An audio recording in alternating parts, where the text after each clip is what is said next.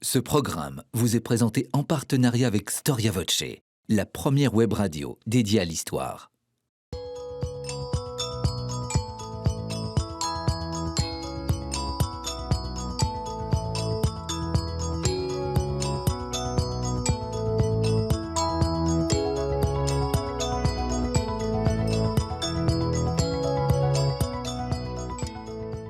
Chers téléspectateurs, chers auditeurs, bonjour. Je suis très heureux de vous retrouver pour ce nouvel épisode de votre émission Au risque de l'histoire.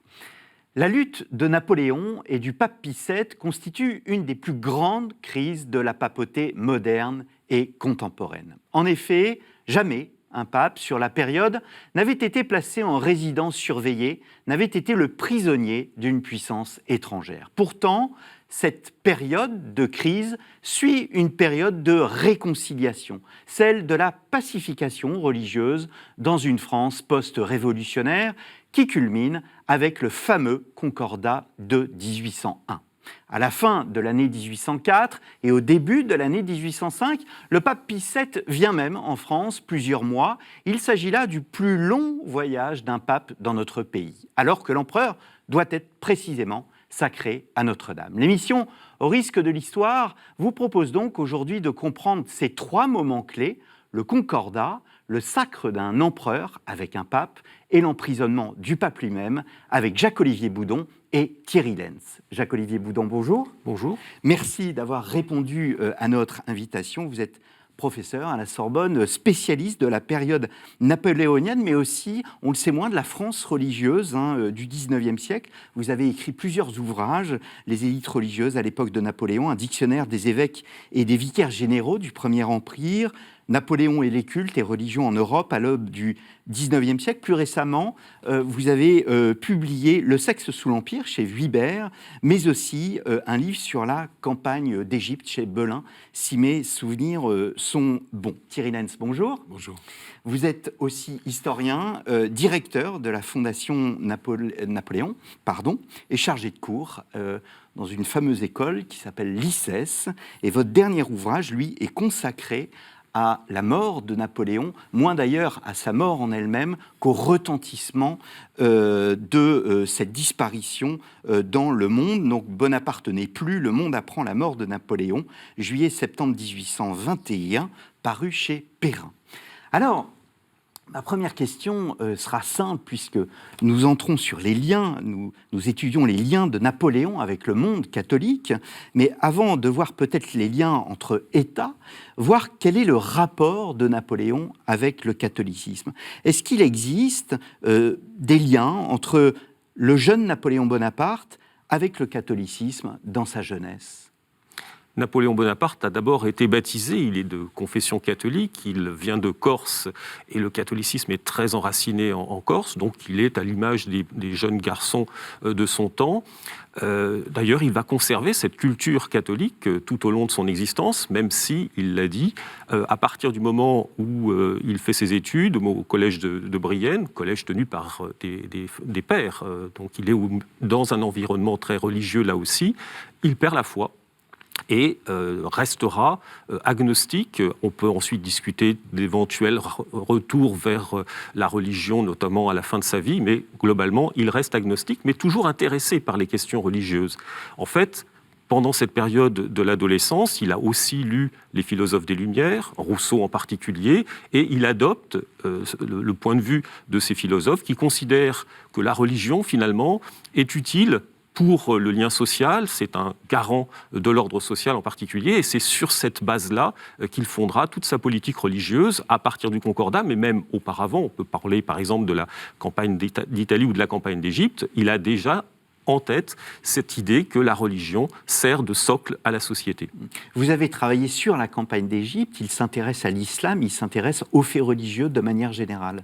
Sa politique en Égypte, c'est de se rapprocher des musulmans, d'essayer de les convaincre d'adhérer au projet de colonisation française. On sait qu'il s'est habillé à l'oriental, qu'il a organisé une fête en l'honneur de l'anniversaire de Mahomet. Bon, les choses vont mal tourner ensuite parce que les kérotes vont se rebeller et la mosquée d'Al-Azhar va être envahie par les troupes françaises, mais le projet d'origine était celui-là. Et ce qui est très intéressant d'ailleurs, c'est que quand il s'adresse aux musulmans, il évoque le rôle qu'il a joué en Europe et en particulier la manière dont le pape, il s'agit à ce moment-là de Pie VI, a été enfermé, en tout cas envoyé en exil à Valence, histoire de montrer que finalement les Français ne doivent pas être assimilés aux catholiques, qu'ils ont su prendre leur distance avec les catholiques. C'est aussi une façon de répondre à ceux qui pourraient penser que les Français, dans le sillage de Saint-Louis, reviennent faire la croisade en Égypte. Thierry Lenz ? Écoutez, Jacques Olivier vous a tout dit.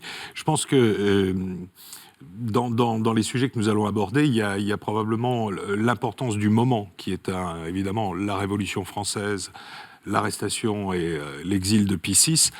Tout ça crée à l'intérieur du pays un problème qui est bien sûr religieux, mais aussi un problème d'ordre public. Et ce que vous disait Jacques-Olivier Boudon, c'est que pour Napoléon, évidemment, le fond de la religion, le dogme, a beaucoup moins d'importance que l'organisation ecclésiastique et le poids que peut avoir l'Église sur la population.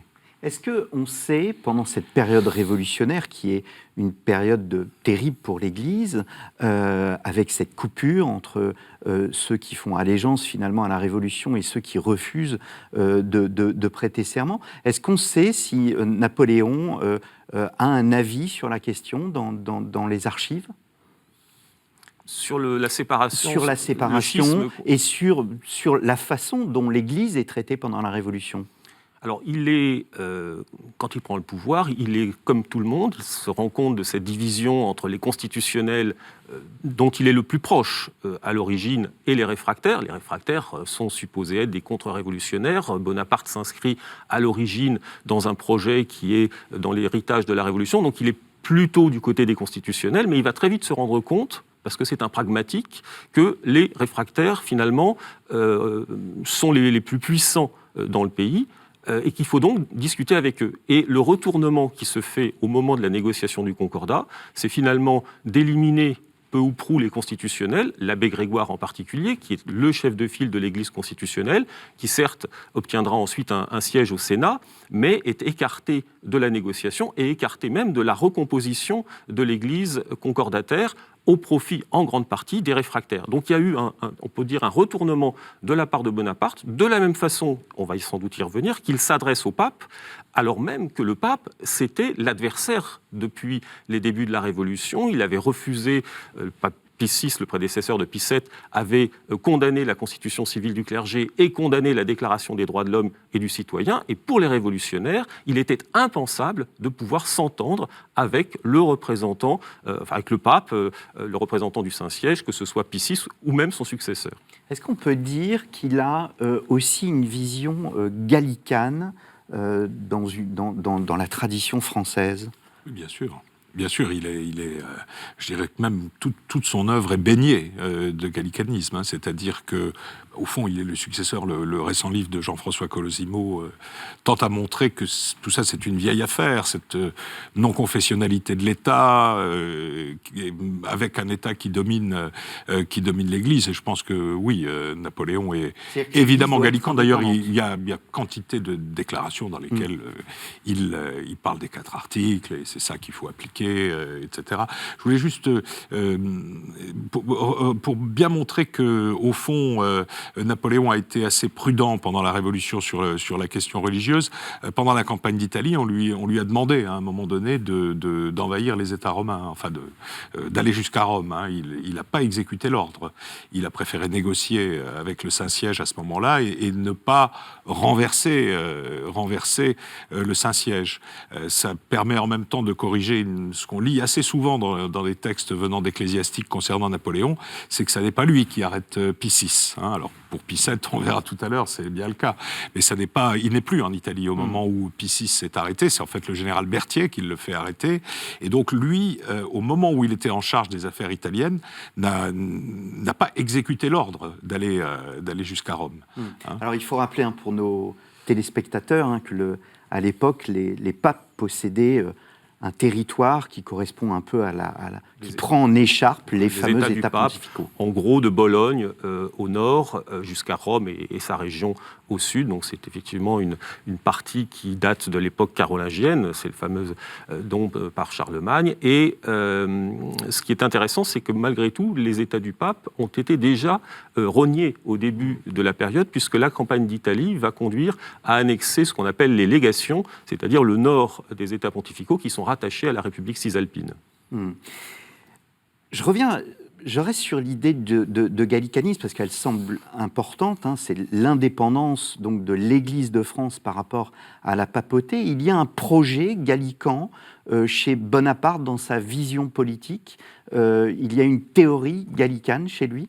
Alors, il reprend, comme le disait Thierry Lenz, les fondements du gallicanisme, c'est-à-dire la déclaration des 4 articles de 1682. Il y rajoute aussi un autre modèle qui est très prégnant à l'époque, c'est le joséphisme, c'est-à-dire la politique qui a été menée de distanciation à l'égard du Saint-Siège en Autriche, dans les années 1780 et qui a inspiré incontestablement le jeune Bonaparte, et on le voit à travers un certain nombre de mesures, et en particulier cette mesure qui est finalement la liberté religieuse.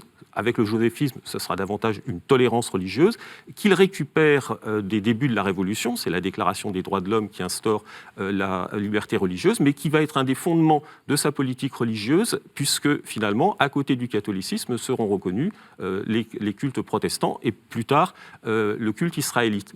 Donc il y a une vraie doctrine en ce sens, qui s'appuie sur l'idée d'une séparation complète entre, complète, elle ne l'est pas totalement, mais entre le Saint-Siège et la France, et avec la crise qui se noue entre Napoléon et Pie VII, ce gallicanisme se renforce, puisque finalement, Napoléon s'aperçoit qu'il n'a plus besoin du pape et qu'il peut gouverner l'Église de France, c'est-à-dire une Église nationale, sans avoir véritablement recours au pape, sauf dans la question complexe de l'investiture canonique des évêques, qui ne sera jamais réglée. Mais pour le reste, l'Église catholique va fonctionner sans que le pape intervienne. Finalement, c'est important, parce que dans ce que vous dites... ce que je retiens un mot, c'est son pragmatisme. Il n'y a pas d'idéologie ou d'anticléricalisme, a priori, chez Napoléon Bonaparte. Non, il y a la fameuse phrase que je vais essayer de citer en entier, mais quand j'étais en Italie, j'étais ultramontain, j'étais mahométan quand j'étais en Égypte. Si je gouvernais un peuple de Juifs, je rétablirais le temple de Salomon.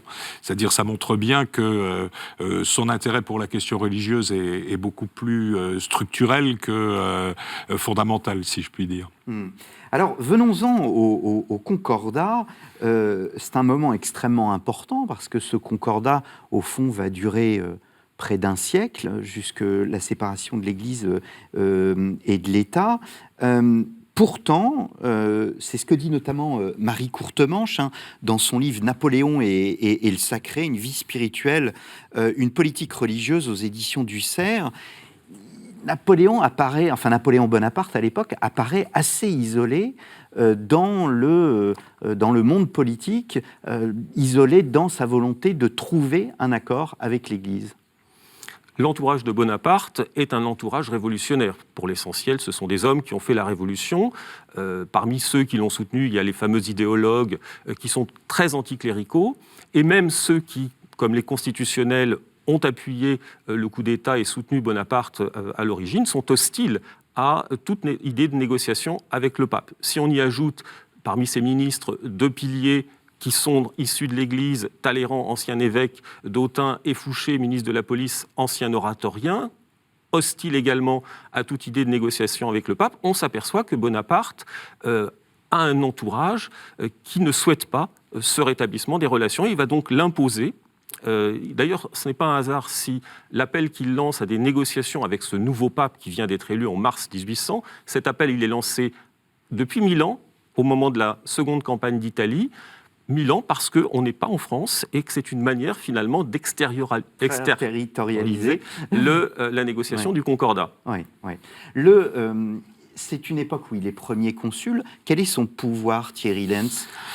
Alors, ce que Jacques-Olivier a laissé entendre, c'est qu'on est encore à un moment où le pouvoir est certes concentré, mais quand même pas totalement libre pour le premier consul. Il y a une vraie opposition dans les chambres, d'ailleurs qui va se manifester à l'occasion du Concordat, à l'occasion du Code civil, à l'occasion de la signature de certains traités. Il y a l'entourage direct, le premier cercle, qui n'est pas forcément partant pour la négociation d'un Concordat. Et puis il y a aussi une partie de l'armée, parce qu'au moment de la signature du Concordat, une des difficultés va se poser avec l'armée, qui est l'armée révolutionnaire, donc les grands généraux républicains sont restés aussi anticléricaux. Donc c'est à la fois son pouvoir est assis parce que évidemment la campagne d'Italie a été gagnée, on va vers des négociations avec à peu près toutes les puissances continentales, mais c'est un pouvoir qui a besoin de s'imposer à l'égard de pas mal d'oppositions, on va appeler ça comme ça. Alors, ce ne sont pas toutes des oppositions institutionnelles, mais ce sont des moments un petit peu délicats. On raconte souvent que lorsque Napoléon parlait du futur Concordat avec Volney, ou lui parlant de la cérémonie de proclamation du Concordat, Volney lui aurait répondu il manque simplement les 100 000 hommes qui sont morts pour ne pas voir ça, quoi. Donc Napoléon se serait fâché, on dit même qu'il aurait un petit peu bousculé Volney à ce moment-là. Donc il ne fait pas ce qu'il veut, si on peut dire les choses simplement. Et ça montre aussi que, finalement, il n'est pas à ce moment-là, on va dire, un chef d'État brutal. Il va être obligé de composer. D'ailleurs, Jacques-Olivier, qui a beaucoup étudié ce sujet, vous le dira mieux que moi, mais la négociation du Concordat, ça n'est pas une grande concession du gouvernement français à l'égard du Saint-Siège. Il va y avoir des négociations très très longues avec X projets qui vont être établis jusqu'au moment où Napoléon d'ailleurs tape du poing sur la table pour qu'on termine la négociation, mais non pas le Concordat qui va être signé, mais le Concordat que lui rêvait, c'est-à-dire peut-être pas une mainmise, mais en tout cas une domination très forte de l'État sur l'Église. Et c'est à ce moment-là qu'il met dans la négociation son frère Joseph Bonaparte, qui a été ambassadeur à Rome. Sur lequel vous avez écrit. Voilà, et où Joseph va négocier un Concordat, on va dire, signable, entre guillemets, mais qui ne satisfait pas, au fond, Napoléon. Les deux frères ont eu, l'avant-veille de la signature, une conversation très, très houleuse. Et Joseph, retournant négocier avec le cardinal Consalvi, a malgré tout fait les quelques concessions qui rendaient possible une signature des deux parties. Par la suite, évidemment, Bonaparte, avec les fameux articles organiques dont on parlera sans doute tout à l'heure, reprend un petit peu la main par rapport à ces concessions. Alors vous parliez de Consalvi. Consalvi, c'est un personnage qu'on ne connaît malheureusement pas assez, mais pourtant c'est un des phares de la diplomatie pontificale, Jacques-Olivier Boudon. Oui, c'est le secrétaire d'État de Pie VII, qui donc va seconder le pape pendant une partie de son pontificat.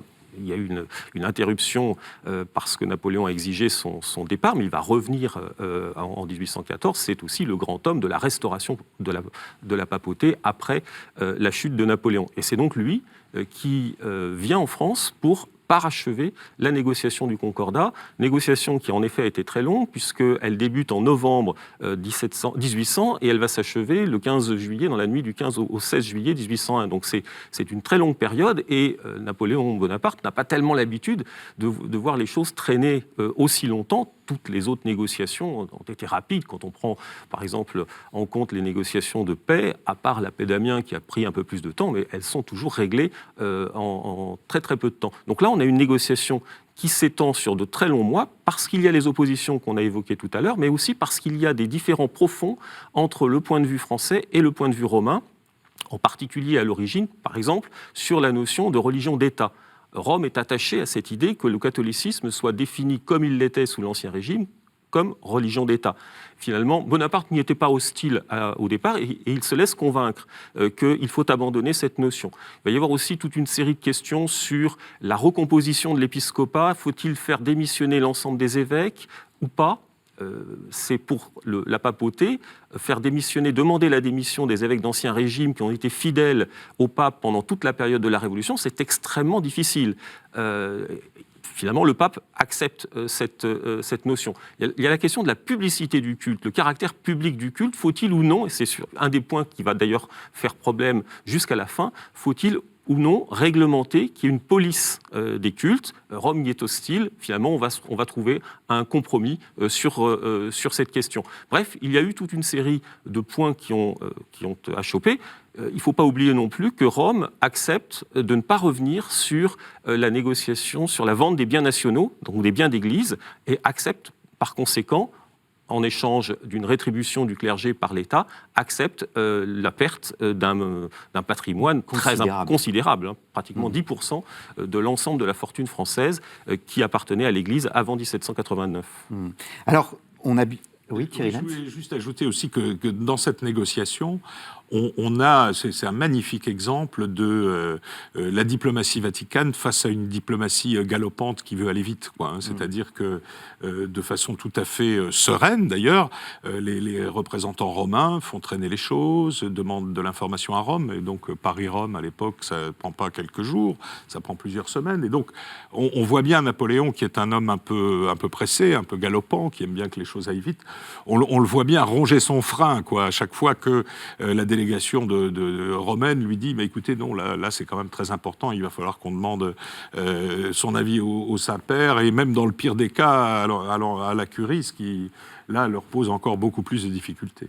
Juste un point, il ne faut pas oublier non plus la question géopolitique, parce que Rome est en Italie et les troupes françaises sont en Italie. Autrement dit, venir occuper Rome ne poserait absolument aucun problème, et le pape le sait, c'est aussi ce qui conduit à le convaincre, je pense. Donc c'est une menace, donc certes le Concordat est un compromis, mais il penche davantage du côté français ? Il penche davantage, me semble-t-il, du côté français, même si des concessions ont été faites. D'abord, le seul fait de reconnaître le Saint-Siège comme interlocuteur, mais globalement, si on compare évidemment avec la situation antérieure à la Révolution, si on compare avec ce qui s'est passé pendant la Révolution, Rome en tire beaucoup d'avantages. D'abord, la destruction de l'Église constitutionnelle, et Rome va devenir l'un des partenaires incontournables de la France, au détriment finalement des évêques eux-mêmes qui étaient, avant la Révolution, les seuls à pouvoir avoir cette relation, ce dialogue avec le monarque. Ce ne sera plus le cas à partir de 1802. Ce qui est en soi paradoxal, parce qu'on parlait du projet gallican, d'indépendance de l'Église de France, et au fond, Napoléon remet la papauté au centre du jeu. Alors, dans la première partie, oui. Ensuite, évidemment, à partir du moment où le pape est en résidence surveillée à Savone puis à Fontainebleau, les choses vont changer. Oui. Mais dans la première partie de la période, donc le consulat et le début de l'Empire, on peut considérer que Rome revient en force, alors que Rome n'avait jamais été aussi présent en France, mais revient en force dans les affaires de l'Église de France. Alors, on fera une émission sur la suite des événements au XIXe et au début du XXe siècle, mais peut-être pour anticiper, quel bilan peut-on faire de ce texte ? Je disais tout à l'heure que sa durée, enfin sa vie est très longue. C'est en soi un signe de la qualité des travaux à la fois de la papauté et de l'État français ? Oui, alors c'est un texte de compromis dont il faut rappeler qu'il a été complété par des articles organiques qui redonnent cette fois-ci plus de moyens de contrôle sur l'Église à l'État. Le Concordat aurait dû disparaître. Au début de la Restauration, dès 1814, Louis XVIII et son entourage veulent s'en débarrasser et vont même négocier un nouveau Concordat qui sera adopté en 1817, enfin signé en 1817, mais pas adopté par les chambres, si bien qu'on revient à la situation antérieure avec quelques petites modifications.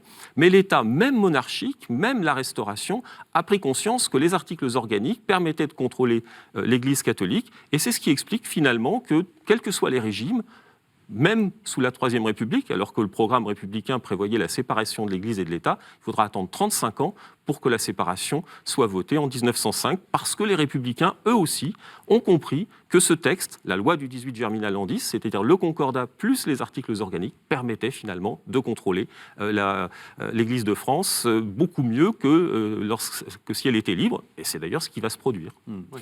Et rappelons aussi que alors ce Concordat, évidemment, pour l'ensemble du territoire, est abandonné en 1905, mais il existe toujours dans les 3 départements d'Alsace et la Moselle, et que les Allemands n'y ont pas touché non plus. C'est-à-dire qu'ils étaient assez contents, bien que...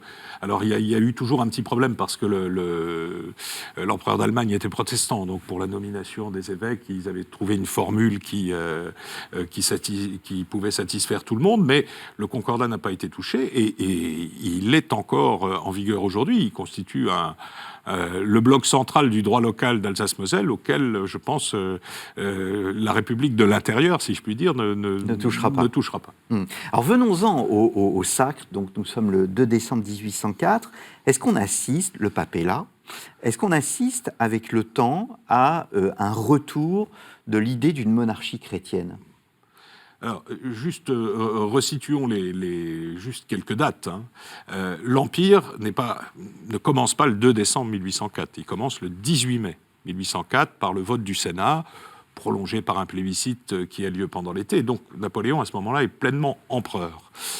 L'arrivée vers le sacre est un petit coup de force de Napoléon, c'est-à-dire qu'il est prévu dans la nouvelle Constitution une prestation de serment, que Napoléon veut rendre solennel, mais c'est quand même la moindre des choses. Et puis, on ne va pas rentrer dans les détails, mais de fil en aiguille de la discussion, on passe du Champ de Mars aux Invalides, des Invalides à Notre-Dame, et puis finalement, Napoléon se découvre et dit « Conviendra-t-il d'appeler le pape ?» C'est la formule qu'il a utilisée. Là, évidemment, les conseillers d'État à qui il a posé la question, là aussi, vieux personnel révolutionnaire parfois, etc., sont extrêmement choqués. En fait, ça a déjà commencé. On a déjà commencé à discuter de tout ça, puisque c'est l'oncle de Napoléon, le cardinal Fesch, qui est ambassadeur de France à Rome, et la discussion a déjà commencé. Alors, ce qu'il faut, pour terminer, puis après, je vous laisserai la place, n'oublions jamais que cette cérémonie de Notre-Dame, dont on pourra parler de la négociation du protocole, parce que ça a été très précis, c'est d'abord la cérémonie de prestation de serment de l'empereur. Et d'ailleurs, la cérémonie du 2 décembre s'achève par une prestation de serment hors de la présence du pape, pour des raisons qu'on pourra expliquer plus tard. Donc, ça n'est pas... c'est-à-dire, Napoléon va jouer sur la confusion entre le couronnement, on va dire, par le pape et son serment républicain, pour essayer de faire une synthèse un petit peu bancale de tout ça. Mais encore une fois, ça n'est pas l'onction pontificale ou les bénédictions, qui sont très nombreuses le 2 décembre, qui font que Napoléon est empereur. C'est véritablement le vote du Sénat. Et j'achève en disant que les médailles commémoratives de l'Empire sont le Sénat et le peuple, Senatus Populusque, pas de mention de la cérémonie du 2 décembre, et même après le 2 décembre, le ministre de l'Intérieur se croira, parce que la cérémonie a été un échec malgré le tableau, malgré tout. Le ministre de l'Intérieur explique plus tard qu'est-ce qui fait que l'empereur est empereur. C'est le vote du Sénat, c'est le plébiscite. Le sacre est une solennité qui a permis la prestation de serment. Jacques-Olivier Boudon ? Sur la question de la monarchie chrétienne, incontestablement, Napoléon se rêve en souverain chrétien. On a dit qu'il n'avait pas une foi démesurément forte, mais en revanche, il a compris que l'Europe était gouvernée par des souverains, que ces souverains avaient adopté le principe qui est né de la réforme et de la contre-réforme, un pays, une religion, un souverain, une religion. Il faut donc qu'il épouse la religion de son peuple. Et avec la cérémonie du sacre, on est dans une ambivalence qui se traduit par la présence dans la cathédrale Notre-Dame, si on accepte l'entourage clérical avec tous les évêques de l'Empire qui sont présents, plus quelques cardinaux, et la famille. Tout le reste de la nef est composé des élites de l'Empire, préfets, députés, sénateurs, généraux, etc., qui, pour la plupart d'entre eux, considèrent cette cérémonie comme une mascarade, pour utiliser un terme à la mode. Mais le peuple n'est pas présent, mais c'est à destination du peuple qu'est organisé le sacre, pour montrer au peuple qu'on s'inscrit dans la tradition de la monarchie française, voire de la monarchie européenne, avec le modèle de Charlemagne en arrière-plan, le modèle des empereurs allemands, et c'est en quelque sorte pour satisfaire le peuple que cette cérémonie est décidée. Il faut ajouter par ailleurs que se met en place une administration au sein de la maison de l'empereur avec un grand aumônier, le cardinal Fesch, déjà évoqué, archevêque de Lyon, ambassadeur de France auprès du Saint-Siège. Cette grande aumônerie qui va, en quelque sorte, organiser toutes les fêtes religieuses, et en particulier la grande fête qui marque les débuts de l'Empire à partir de 1806, le 15 août, qui est la fête de Napoléon, la Saint-Napoléon, mais qui est aussi l'Assomption. Donc il y a une volonté de lier une fête catholique traditionnelle avec la fête du régime, et on pourrait prendre d'autres exemples. La Grande Aumônerie va par exemple organiser le mariage de Marie-Louise et de Napoléon, qui est une sorte de réplique du sacre, le baptême du roi de Rome en 1811, autre réplique du sacre en plus dans le même lieu, la cathédrale Notre-Dame. Donc on voit très bien comment Napoléon s'appuie sur la religion, s'appuie sur cette idée finalement de refonder une monarchie chrétienne. Quel rôle joue Pie VII dans le sacre? Vous évoquiez le protocole tout à l'heure. Alors, parce que sur le tableau, ouais. on le voit lever une petite main. Et encore, c'est Napoléon qui a demandé qu'au moins il fasse une bénédiction, parce qu'il avait les deux mains sur les genoux. Disons que ce qui se passe à la cérémonie et ce qui se passe avant et après, ça n'est pas la même chose. C'est-à-dire que d'abord, on peut le dire ici, Pie VII est probablement un très très grand pape. Enfin, c'est-à-dire c'est à la fois un saint homme, mais c'est à la fois un homme politiquement très malin. Enfin, qui est un peu dans la même difficulté que Napoléon, avec une partie de la curie qui est très opposée à ce qui va se passer. Et lui, il joue entre les deux. Il leur dit toujours, écoutez, une petite humiliation pour récupérer la fille aînée de l'Église. Enfin, en gros, hein, je schématise, il l'a pas dit comme ça, évidemment. Donc on négocie le protocole, et ça, c'est une trouvaille d'un historien britannique qui s'appelle Peter Hicks, qui, au moment où on travaillait sur le sacre de 1804, a trouvé aux archives du Vatican le protocole de la négociation. C'est-à-dire que lorsqu'on dit Napoléon arrache la couronne à Pie VII pour se la placer sur la tête, pas du tout. Tout ça avait été entièrement décidé, même la sortie du pape au moment du serment, tout était prêt à ce moment-là. Ce qui se passe, c'est qui probablement a dû donner un peu des ailes au pape, c'est que, à la surprise des autorités, le pape a été accueilli en France par des foules immenses, par des foules recueillies, par des foules qui voulaient se faire bénir, etc. Parce que il y a une romanisation de l'opinion publique. Il a remonté la vallée du Rhône sous les acclamations. À Paris, on dit même que Napoléon venait au balcon avec lui pour profiter des acclamations. Là, je pense que c'est un petit peu un argument d'opposition. Il a béni tout ce qui lui tombait sous la main. Et donc là aussi, il a repris une force. Et en plus, il a même eu à un moment, alors c'est presque mesquin, mais enfin c'est quand même très important sur le plan religieux, c'est que il apprend que Joséphine et Napoléon ne sont pas mariés religieusement, et donc il menace la veille ou l'avant-veille du sacre de ne pas participer à la cérémonie s'il n'y a pas de mariage religieux. Et là, il fait quand même plier Napoléon. Alors, c'est une petite chose dans le contexte, mais enfin, elle aura de l'importance au moment du divorce. Et donc, on voit que c'est un homme qui se bat pied à pied, sans arrêt, qui, à un moment, est en position de faiblesse, mais qui n'abandonne jamais cet objectif et qui est un ferme très doux, quoi, on pourrait dire, Pie VII. Le couple Pie VII-Consalvi est véritablement un couple ou un duo qu'il faudrait, dont il faut parler, dont il faut étudier, l'attitude, parce que dans un face-à-face aussi déséquilibré, ils ont quand même réussi à la fin de très très belles opérations. Jacques-Olivier Boudon. Alors, ce qu'on peut dire aussi, c'est que le séjour du pape est relativement long, comme l'a montré Jean-Marc Tichy. Je crois que vous avez l'ouvrage. Dans ce livre, donc, le voyage de Pie VII à Paris pour le sacre de Napoléon, paru chez Honoré Champion, c'est sa thèse. C'est un ouvrage remarquable que vous avez dirigé. Non, je n'ai pas dirigé, que j'ai publié, mais que je connais très bien. Donc c'est un travail tout à fait remarquable qui montre toutes les étapes du voyage, à l'aller comme au retour, parce que le pape reste jusqu'en avril 1805 en France. On a évoqué les acclamations. Il visite des églises, il va même à Versailles, il va ensuite passer par la Champagne, Troyes, etc. Donc Lyon, bref, il en profite pour, dans son esprit, favoriser la rechristianisation de la France. Il est persuadé que la France révolutionnaire a totalement oublié ses sentiments religieux, et la surprise qu'il a, c'est de découvrir que finalement, une partie de la population est catholique, l'acclame. Il faut quand même rappeler que les papes ne voyagent pas à l'époque. Le précédent, c'est Pie VI qui était allé à Vienne, mais c'est exceptionnel que les papes sortent des États pontificaux. Donc avec ce voyage de 1804-1805, on a un voyage tout à fait étonnant.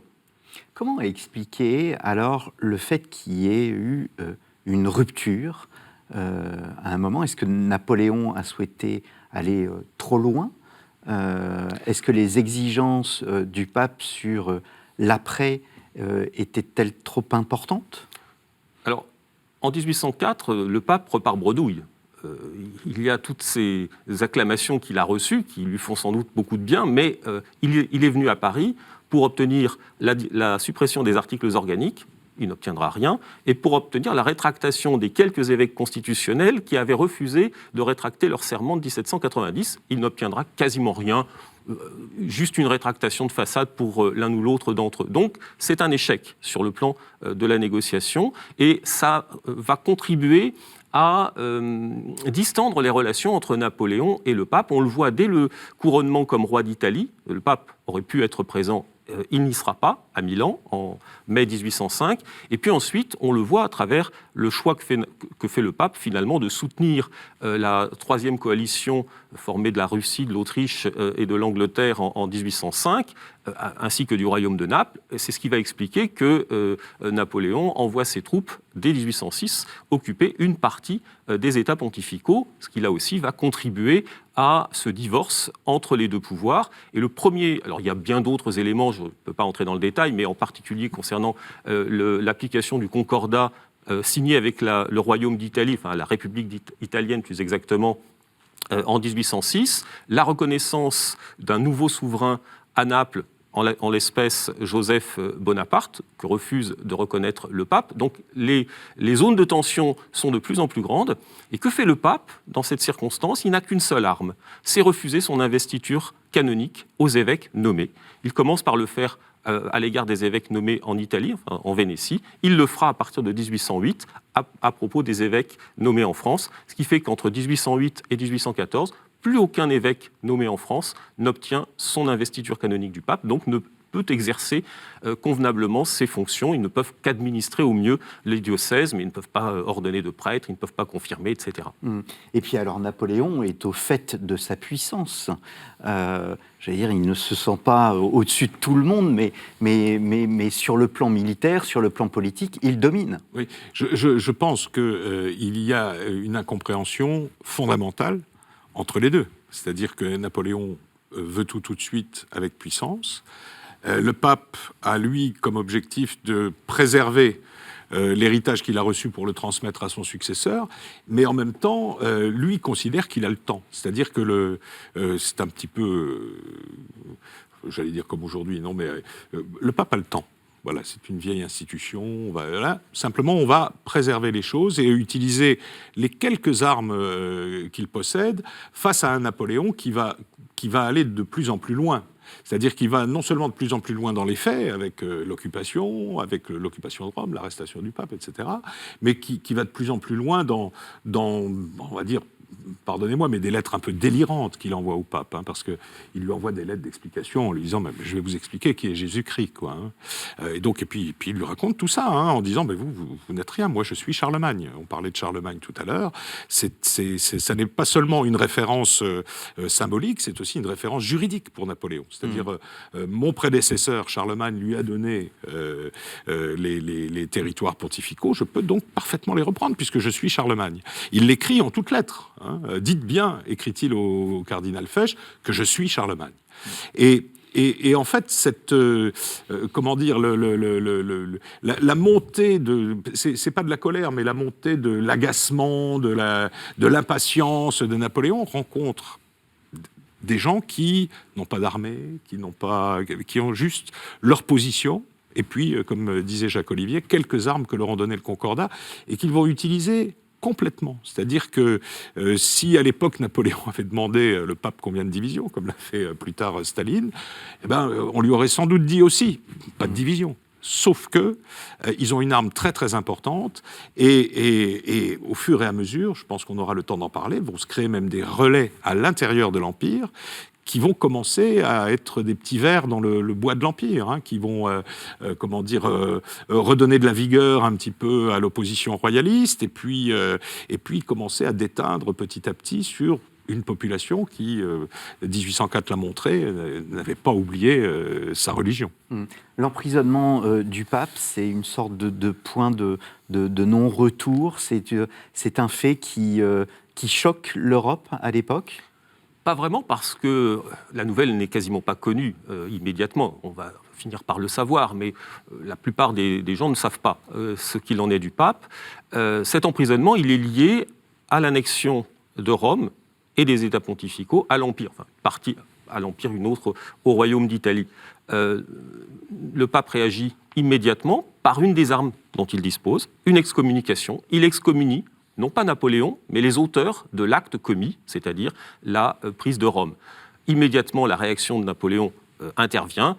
Il donne l'ordre. Alors, on peut discuter de savoir ce qu'il en est réellement, mais l'ordre est interprété en tout cas par ceux qui gouvernent à Rome. Il donne l'ordre d'arrêter le pape, que l'on va conduire ensuite à travers la France. On ne sait pas trop quoi en faire. Donc il va se promener jusqu'à Grenoble, puis redescendre en direction de Savone, donc à quelques kilomètres de Gênes, au bord de la mer, où il va passer 3 ans, entre 1809 et 1812, en résidence surveillée. C'est une captivité améliorée, si l'on peut dire, qui ne l'empêche pas de continuer à s'entretenir avec une partie du clergé via des réseaux secrets qu'évoquait Thierry, notamment des réseaux, on pense à la fameuse association des Chevaliers de la Foi, qui vont recopier la bulle d'excommunication, et c'est par ce biais qu'on commence à connaître, dans un certain nombre de régions catholiques, la Bretagne, la Belgique et d'autres, on commence à connaître la situation qui est faite au pape. Il y a aussi des opuscules qui sont publiés clandestinement, où on raconte ce qui s'est passé, mais on peut dire que globalement, la population ignore le sort qui est fait au pape. Le clergé n'a pas le droit, par exemple, d'en parler. Quand on regarde les mandements qui sont publiés après la victoire de Wagram en 1809, il y a une demande spécifique d'approuver la politique de Napoléon. Évidemment, aucun évêque ne fait allusion au sort du pape. Et ce ne serait pas possible. Les premiers qui vont intervenir, c'est au moment du concile de 1811, où ils prennent la parole, mais une parole qui n'est pas diffusée à l'extérieur, pour s'inquiéter du sort fait au pape. Mais les cardinaux, il y a 27 cardinaux français, si mes souvenirs sont bons, 13 sont des... C'est les cardinaux, globalement, il y a beaucoup d'Italiens parmi eux. Il y a beaucoup d'Italiens, mais il y a des cardinaux qui vont très clairement prendre parti, ce qui est détonnant, pour le pape, et d'autres qui seront moins regardants sur cet emprisonnement, ce qui semble assez incroyable. Alors en fait, il faut revenir un tout petit peu en arrière. Napoléon a un projet qui peut paraître totalement fou, c'est d'installer la papauté à Paris, de faire venir le pape à Paris. Il a même lancé des travaux dans l'archevêché qui, à cette époque, était derrière la cathédrale, au niveau du square Jean XXIII. Il a fait venir l'ensemble des services du Vatican, les archives en particulier, mais l'ensemble des congrégations, tous les cardinaux que l'on peut transporter, les plus âgés sont restés à Rome, et il propose au pape de venir s'installer à Paris. Celui-ci refuse. Mais les cardinaux sont là, la trentaine de cardinaux présents à Paris sont là, et au moment du mariage de Napoléon et de Marie-Louise, ils sont tous invités à la cérémonie. Ils se rendent au mariage civil, cela ne leur pose pas de problème, donc à Saint-Cloud. Et puis, lorsqu'intervient le mariage religieux, 13 d'entre eux refusent d'être présents parce qu'ils ne veulent pas reconnaître l'annulation du mariage entre Joséphine et Napoléon. Ils considèrent donc que ce mariage religieux est illicite et que les enfants de Napoléon ne seront pas légitimes, etc. Donc il y a ce refus qui va mettre Napoléon dans une colère noire. Il va ordonner que les cardinaux soient privés de leurs attributs cardinalistes. C'est pour ça qu'on va les appeler, ils porteront une simple soutane, les cardinaux noirs, et ils sont relégués dans différentes villes, petites villes de France, où ils vont rester pour l'essentiel jusqu'en 1813. Thierry Lenz? Ils ont eu du culot quand même, les cardinaux, à ce moment-là. Hein. C'est-à-dire que là, encore une fois, il n'y a pas... les napoléonistes se placent toujours un petit peu du côté de Napoléon, mais si on se met de l'autre côté, ça a été quand même un acte extrêmement fort. Hein. On raconte qu'au moment d'entrer, c'était dans la grande galerie du Louvre, avec son épouse pour être religieusement marié, Napoléon constate que les sièges sont vides. C'est-à-dire qu'il est presque mis devant cet affront, un affront terrible. Et en même temps, il a bien sûr une réaction très forte, comme vient d'expliquer Jacques Olivier, mais en même temps, il ne peut pas faire beaucoup plus que de les envoyer en résidence surveillée à Troyes. Bon, c'est vrai que c'était grave à Troyes, mais enfin bon. Et puis il y en a quand même deux ou trois qui vont passer quelques années à Vincennes, au château de Vincennes. Donc là, ils sont plutôt prisonniers. Mais c'est quand même un acte extrêmement fort. Et je trouve que ça n'est pas toujours assez souligné. C'est-à-dire que, bien sûr, pas de division, pas d'armée, pas de bataille, rien du tout, mais une lutte politique qui est véritablement une lutte à armes très très inégales, dont Picette et plus tard les cardinaux vont sortir vainqueurs.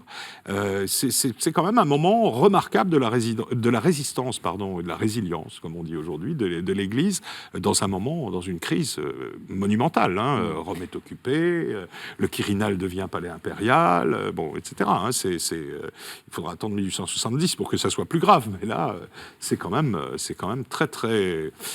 C'est un moment très délicat, très grave. Pourquoi faire venir le pape à Fontainebleau ?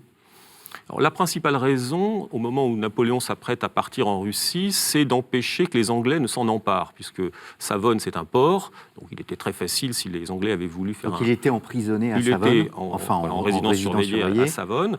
Donc on le fait venir à Fontainebleau dans des conditions, donc on est au mois de juin 1812, dans des conditions assez délicates. Il était déjà pas en très grande forme, et on raconte qu'il arrive à Fontainebleau dans un état très dégradé au niveau de sa santé. Et donc ça, c'est la raison principale. L'autre raison, c'est que Napoléon, dans sa politique d'affermissement du gallicanisme, compte bien pouvoir discuter directement avec lui. Et c'est d'ailleurs une des premières choses qu'il va faire au retour de la campagne de Russie. Un désastre par ailleurs, il a tout à reconstruire, il faut qu'il règle les soubresauts de l'affaire Mallet qui est intervenue en octobre précédent, mais une des premières choses qu'il fait en janvier 1813, c'est de se rendre à Fontainebleau. Il prend le prétexte d'une chasse chez Berthier. Il se rend à Fontainebleau et pendant plusieurs jours va imposer en réalité ses vues au pape sur cette fameuse question qui est lancinante depuis 1808, la question de l'investiture canonique des évêques. Les projets avaient déjà été développés au moment du concile de 1811. L'idée, c'est que le pape abandonne cette investiture canonique au profit de l'un ou l'autre des évêques de la province concernés par la nomination d'un évêque. Alors nous arrivons au terme de cette émission, il va vous rester 2 minutes à chacun. Si je pouvais résumer avec 3 mots, est-ce qu'on peut dire qu'il y a certes le pragmatisme de Napoléon que vous évoquiez, l'ambivalence du sacre et une forme d'hubris à travers, au fond, cette volonté de domination? Si on met la religion hors de l'affaire, et qu'on se dit que c'est un problème de géopolitique, Jacques Olivier soulignait, l'Italie, pratiquement napoléonienne, devenue totalement napoléonienne à partir d'un certain moment, je veux dire, le combat se comprend. Simplement, on est fasciné de voir à quel point Napoléon ne prend pas les bonnes armes pour combattre le pape.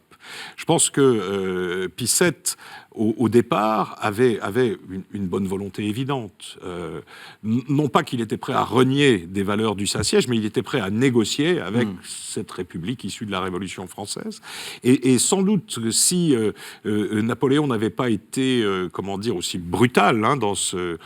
Peut-être les choses auraient pu s'arranger, mais on ne le saura jamais, puisque la brutalité commence dès 1806, au moment où le pape fait des difficultés à reconnaître Joseph Bonaparte.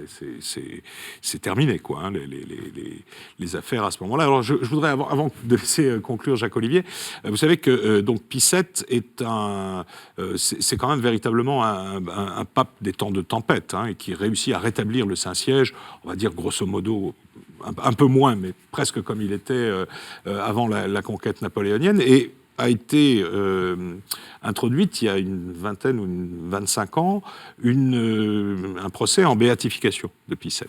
Et ce procès s'est arrêté il y a 7 ou 8 ans. Il n'y a pas eu d'acte nouveau concernant ce procès. Donc j'ai beaucoup posé la question. Je suis allé à Rome récemment où j'ai eu l'occasion de discuter avec un cardinal. J'ai posé la question. Alors au départ, le cardinal, vous savez comment ils sont. Hein, ils me disent oh, je ne sais pas, je n'ai pas suivi cette affaire et ainsi de suite. Et donc je lui lance l'histoire du ghetto, puisque au moment du retour de Pie VII à Rome en 1814, il a rétabli le ghetto. Et donc je lui dis mais il n'y aurait pas l'histoire du ghetto là-dedans. Alors le cardinal en question me dit ah peut-être bien. Donc, donc voilà pourquoi ce dossier n'avance pas, alors qu'en canonisation, pardon, j'ai dit béatification, le dossier n'avance pas alors que c'est quand même le grand pape du 19e. Jacques-Olivier Boudon, pour terminer. Alors juste un mot pour clore le parcours du pape. En février 1814, le pape est menacé par les troupes alliées. Et donc Napoléon décide de le renvoyer à Rome, en passant par l'ouest du Massif central, parce qu'évidemment la vallée du Rhône est bloquée par les Autrichiens, avec l'idée que le pape, en récupérant Rome, pourra déjouer les projets de Murat qui, à ce moment-là, a des vues sur l'unité italienne. Donc, Napoléon, même au moment de la crise finale, finalement, va se servir du pape dans un sens qui devrait lui être favorable. On connaît la suite. Cette suite qui, finalement, est assez intéressante de voir que le pape va accueillir une grande partie de la famille Bonaparte après la chute de l'Empire. Beaucoup, et notamment Madame Mère, le cardinal Fesch et d'autres, vont séjourner à Rome dans les années qui suivent. Il y a un mémorial de Sainte-Hélène, puisque finalement, le pape va perdre en 1870. Oui. Mais vous savez que le Pie VII est le seul souverain européen à être intervenu en faveur de Napoléon pour que la captivité de Sainte-Hélène soit adoucie. Hein. Ce qui est quand même peut-être pas une preuve de sainteté, mais en tout cas d'une grande douceur. Voilà. Merci beaucoup à tous les deux. Si vous voulez en savoir plus, chers téléspectateurs, sur cette période absolument fascinante, ce travail, on va dire, définitif que vous avez préfacé, Jacques-Olivier Boudon, le voyage de Pie VII à Paris pour le sacre de Napoléon, le plus long voyage d'un pape en France, religion, politique et diplomatie, où on voit que l'opinion publique, comme nous l'avons dit, se romanise, ce qui est un événement absolument majeur au cours du XXe siècle. Et puis Marie Courtemanche, qui est une de vos élèves, Jacques-Olivier Boudon, Napoléon et le sacré, une vie spirituelle, une politique religieuse aux éditions du Cerf. Je l'avais reçu sur storiavoce.com. Il me reste à vous remercier. N'hésitez pas à retourner sur le site internet KTO TV et sur storiavoce.com pour découvrir toutes nos anciennes émissions d'histoire. Je vous remercie pour votre fidélité et je vous donne rendez-vous dans 2 semaines pour un nouveau numéro d'Au risque de l'histoire.